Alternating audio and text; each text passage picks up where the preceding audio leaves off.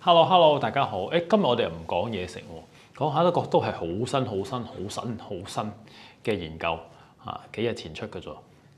咁咧就講緊其實咧我哋成日都鼓勵我哋行1萬步啊嘛，坊間好多人都講緊行1萬步。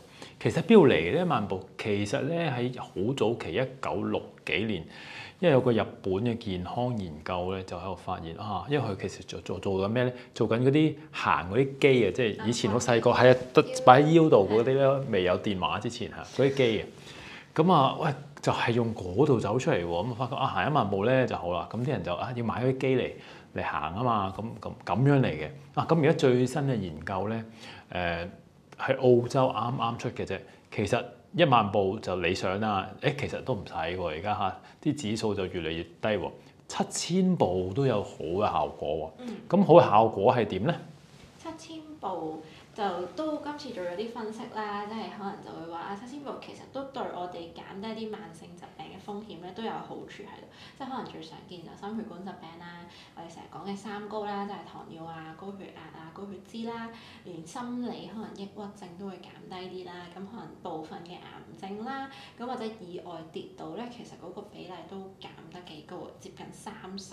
咁可能因為其實如果你即係 keep 住喐動啦，咁其實都會訓練到，當然唔係話訓練到好多你大髀嘅肌肉啦，咁但係起碼可能對於某一啲嘅老人家嚟講咧，即係行路嚟講，其實都已經係一啲好好嘅，即係基本令到佢肌肉 keep 住運動，唔好話持續下降嘅。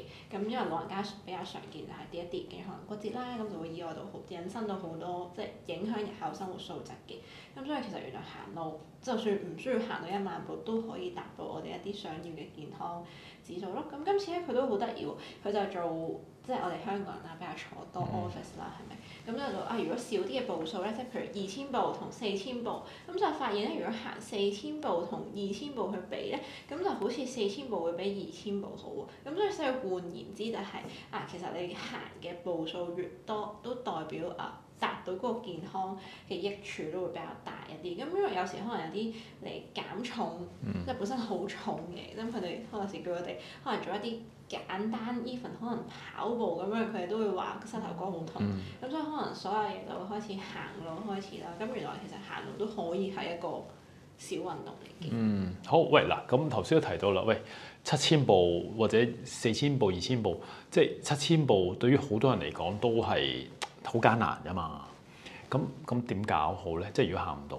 如果真係你真係好諗法，如果大家可能起身落樓下就係巴士，翻到公司跟住坐9點到6點，可能中間去買個 lunch 咁樣，咁可能其實真係連7000步都未必達得到。